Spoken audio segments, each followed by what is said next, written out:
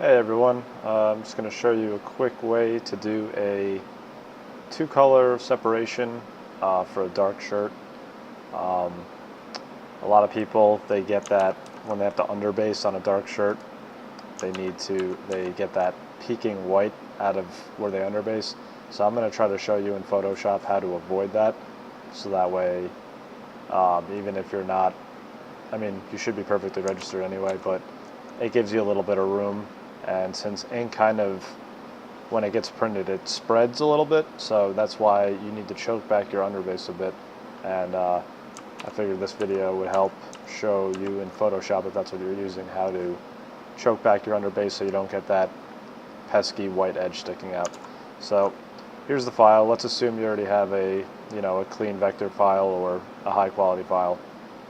So I brought in the Photoshop. Right now I'm going to bring it down to size, because you always want to do your separations to the size you're going to print it at. That way, if you blow up the size, you'll lose the quality. If you reduce it, then your choke won't be the same. So I'm sorry if that's confusing, but let me just quickly, first I'm going to get rid of the background. This is a 600 DPI file, and my computer's kind of old, so it's taking a little while to load. So I'm just going to select the background, and I'm going to cut that.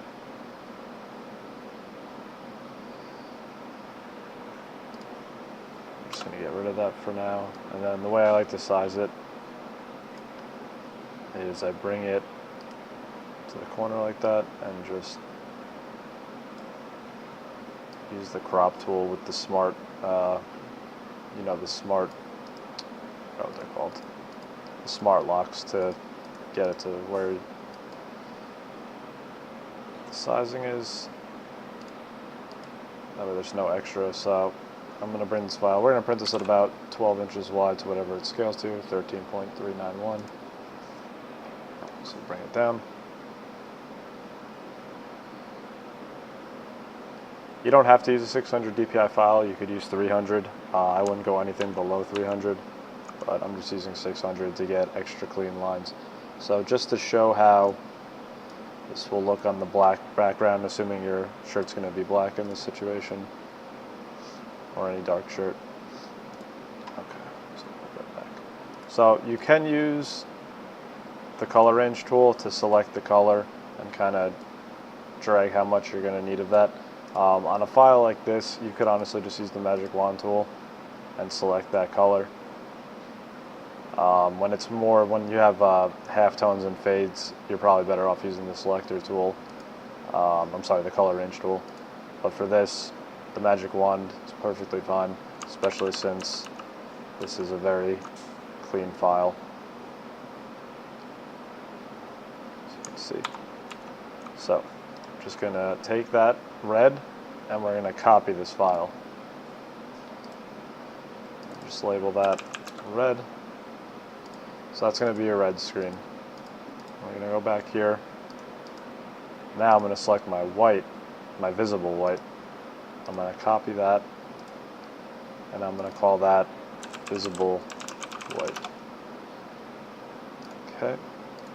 Now, depending on how you're printing this, manual or auto, and how many pieces it is, you might just be double hitting your underbase and then doing the red on top, or you might be doing an underbase flash, your top color red, and then a highlight white. In this case, it's going to be a double hit white with red overprint. It's not the best way to do it, but if it's only 24 or 50 shirts, you don't want to burn an extra screen. That's the way I'm going to do this video at least. I'll do a separate video on how to do a highlight white, but it's pretty simple. And but for this, I'm just going to, just a disclaimer that this is going to be print flash white, and then your red overprint. So now on this layer, I'm just going to, for visual purposes, I'm going to make this white. And then we're going to right click that layer, select the pixels, and then you're going to want to go to select, modify, contract. This is the important step so you don't get that white peaking layer. So depending on the DPI you're using and how comfortable you are, on 600 DPI I usually go 4 pixels back. That seems like a lot, But on the higher DPI, it doesn't go back as far. So if this was 300 DPI, I would only do 2. But let me just show you up close what this looks like. So I'm going to go back. So this is, when you select the pixels, that's what it looks like. It's right against the edge.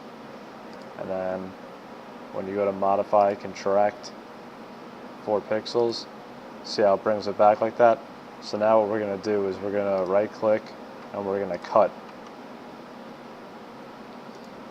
So now that's what we just cut out, is this piece. So if you bring this back, you see how that white goes down.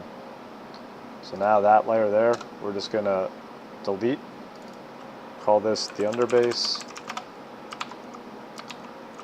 And now, since we just contracted everything, including what's going to be visible, so then we go back and we bring this visible white back, and then we're going to merge those files. So, you know, if you have a background on, turn that off, and then just go to Layer, Merge Visible,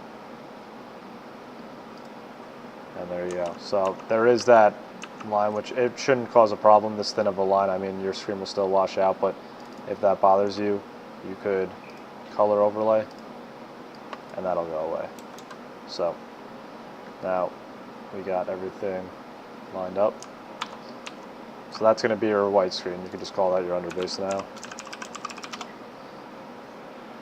And then you're at it. Now to double check this, to make sure you did it right, here's what I like to do. You zoom in and your overprint color, select that, go to your opacity and bring it back a little bit, and then zoom in on where you don't want that white to see to peek out. So you can see here where it's darker, that's where we cut that white out. So when you print, it won't be as noticeable, but I like to double check here so that way you know your white is pushed back, so your red is going to be, you know, you got more than enough room. And depending on the tolerances of your press, you know, you don't have to do the 4 pixels like I did on 600 DPI. You could do 1 or 2 and it'll still help, but on 600 DPI I like to go 4 just to be safe. It really doesn't affect the print quality in my opinion, and it's much better than seeing that white peek out where it's not supposed to be. So, you know, check all around your artwork and you can see that, you know, your red is going to be well over that. So sorry for the delay on this slow computer, but that's how you can kind of double check to make sure you did it right. And then before you print your films, make sure to go back to all the way 100% opacity. And then, you know, to do the film output, obviously get rid of your background and always switch all these colors to black, because that's how you output films.